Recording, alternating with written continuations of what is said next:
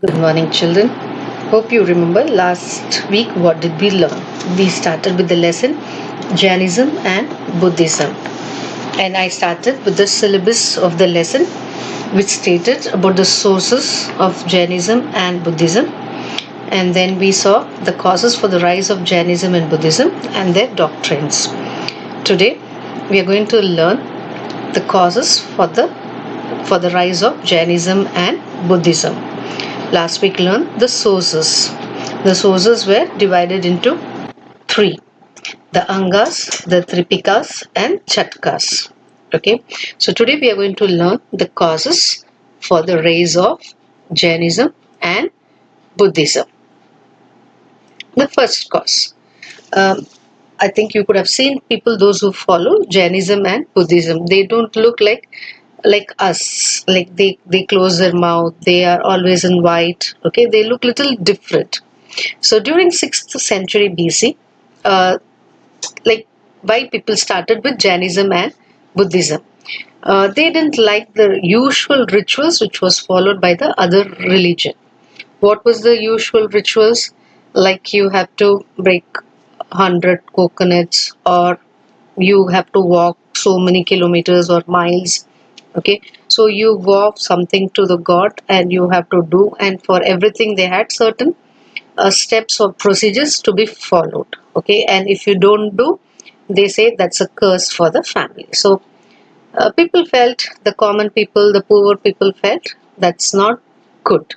So people started reacting against it. Whereas in Jainism and Buddhism, they didn't speak about anything rituals. They said just the soul, the body, and purify ourselves. So people, the ordinary people and the poor people, they felt that's good. God asked for that, not for the usual rituals.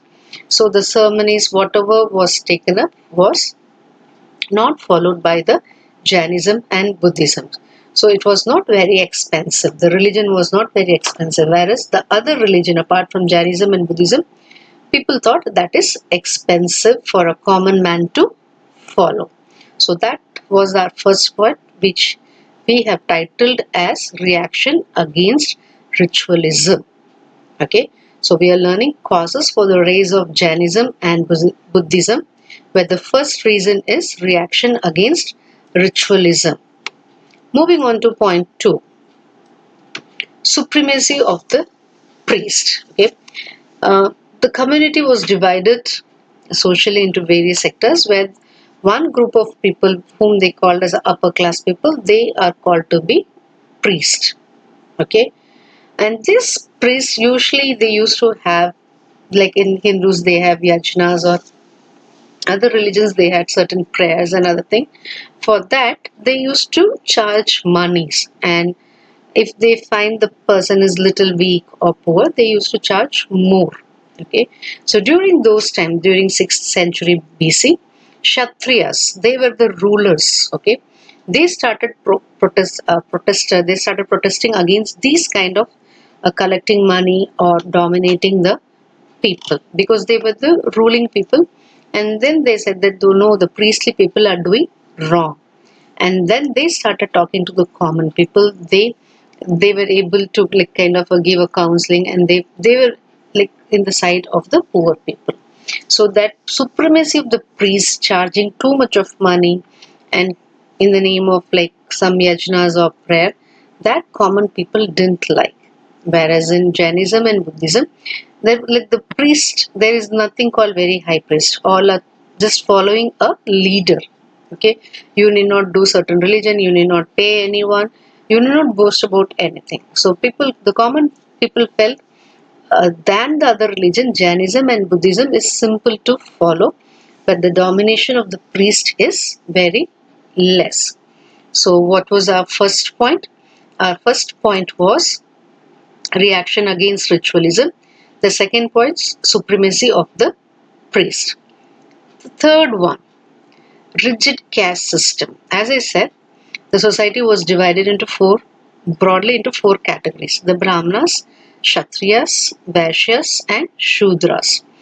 Okay, and among this social group, people, like one group was the highest. The last one was the Shudras. And the higher, the upper class group people, they never like go and mix with the other caste. So every caste had their own kind of a barrier and blocks, which they used to maintain. The victim of this class system was the lowest one, whom we call as a Shudras. Okay, whereas in the Jainism and Buddhism, okay, in those religion, they never had upper, middle, or lower class or anything. So because they didn't have any caste system, there was not like a block, like I cannot go there, they cannot come here, or I should not see them, and all those things, which common people again appreciated about the Buddhism and Jainism, and that became one of the reasons for the Buddhist and Jains to come up. Okay, so the first one was supremacy of the priest. The second one was what? Okay, sorry. First one was reaction against the ritualism. Second was supremacy of the priest, and the third one was rigid caste system. Okay, and the fourth reason for the Buddhism and Jainism to come up was difficult language. Last week class itself, we could have seen Jainism and Buddhism. The literature was written in Prakrit language and Magadhi language, which was a common people language for Jainism and Buddhism, but other religions followed Sanskrit, which was not a common spoken language. Okay, it was just in the books. So, who will read or recite those books? Only the upper class people. And most of the words of the Sanskrit language, common people were not able to understand. So, it was just like the priest say some prayer. Okay, and the common people just they are saying something, and they were like just like in a very pious way they used to sit and listen, but with no understanding. But whereas Buddhism and Jainism, they said that it's better to go with the common language, a language which a common man, a simple man, or day to day, the language which we speak. Okay, so they use Pali and Prakrit language. So their books, everything was in the common man language book. And it became very easy for people to understand and follow the leader. Okay, they never wanted any translator for the book to be like what to be follow, what are the principles, and nothing. Okay, so language became one of the advantage point for the Jainism and Buddhism. Moving on to the fifth point, the agriculture economy. How is agriculture related to religion? Okay, most of the religion during those times they used to sacrifice animals if the crop production is not good, or if they have certain problem at home or in their family, they say if we sacrifice, God will listen to our prayers. But for Buddhism and Jainism, they were dead against this kind of a practice. For them, even a smallest insect or virus should not be, I mean, the microorganism must not be killed. Okay, they thought anything living is given by God, and that should not be killed intentionally. So they were not for sacrificing animals for gods. They said that is created by God and we should not kill them.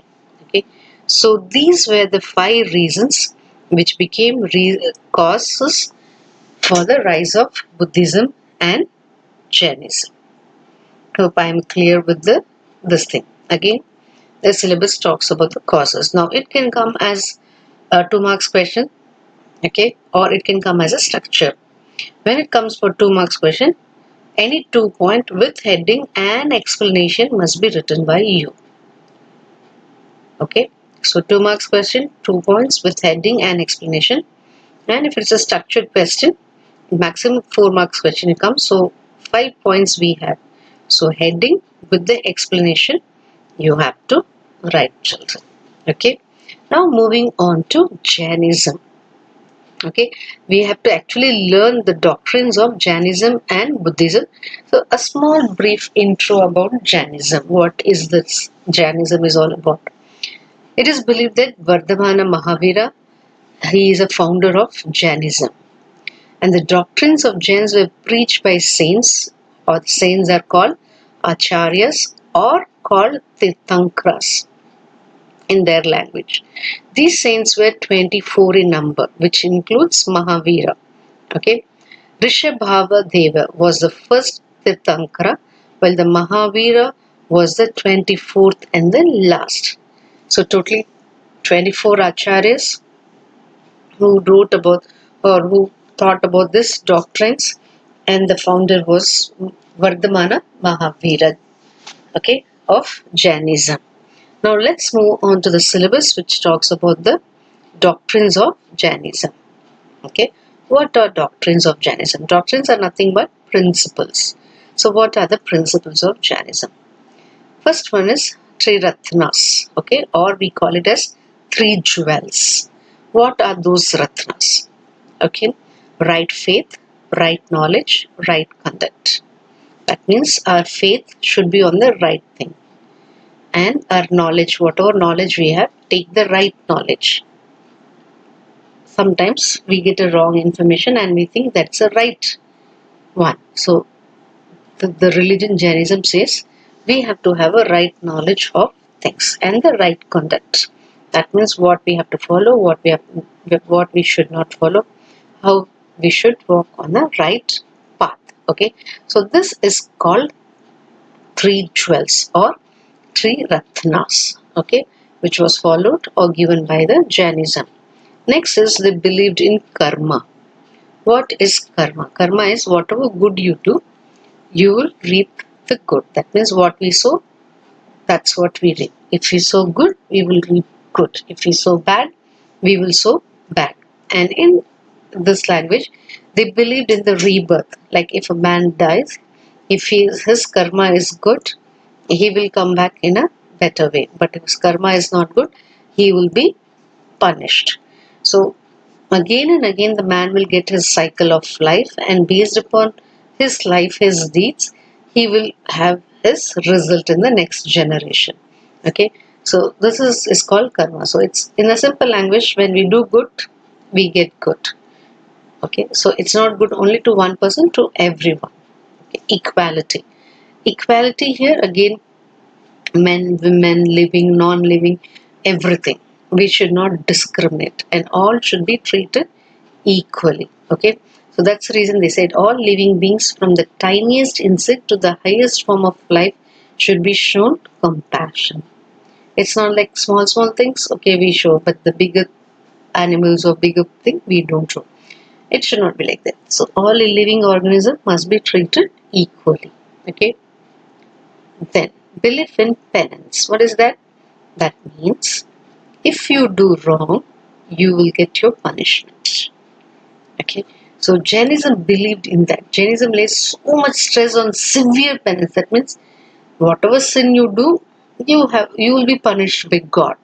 Okay, and because this was stressed very very like strongly in the Jainism, when we compare Buddhism and Jainism, there were many people in following Buddhism than the Jainism, because this is one of the important reasons. They say that if we do sin, we are punished. Okay, so that made very less followers to follow Jainism and more number of followers behind the Buddhist religion. Then five vows. What are the five vows a Jain will do? That is ahimsa. He will follow non-violence. Asatya, not stealing. Satya, that means always not telling a lie, telling always the truth. Aparigraha, not possessing property. Now, when we say not possessing property, when we as a people go behind worldly things, they say no, worldly things is not for us. They go on for the spiritual basis. Then brahmacharya, that means they don't get involved into a family life. They say that they go sit at the top of the mountain, or they isolate. They don't get all the comfort what we all seek for. So these are the five vows which Jainism follow. And then they also follow nine truths. What are that nine truths? Okay. In their language or in Hindi, it is written like this: What does the mean? The nine truths. They believe, okay, living things, okay, it's given by God. There is non-living things also, okay, and the results of good deed, that already we said moksha. If you do good, you will get a good moksha. We should be away from the sin, that is pap. Then always they stress on good deeds. Even people do bad, give them back the good one. Then hindrance in the way of karma, like anything which is blocking to do good things, that should be taken out. And we should not have bondage of anything. When we say bondage, it's not against slavery or anything. It's like even you sin or you just go behind worldly pleasures, that is called bondage. Then restriction of karmas. If you don't do good, you will have your wrong, like you will face your consequences. And the last one, when we follow all good things, we get our salvation. So the entire Jainism is based upon this sequence of life. And being this very simple and well said by them in their common language people, it was very easy for people to follow. That's the reason we have people started following Jainism and Buddhism than the other religion during 6th century BC. Hope children you understand the causes for the rise of Jainism and Buddhism and the doctrines of the religion Jainism. Do learn everything. You need not write. Learn everything. Very special, specifically doctrines. Ensure you learn for 2 marks separately and the 4 marks or the structured question separately. Happy children. Happy learning children. Thank you.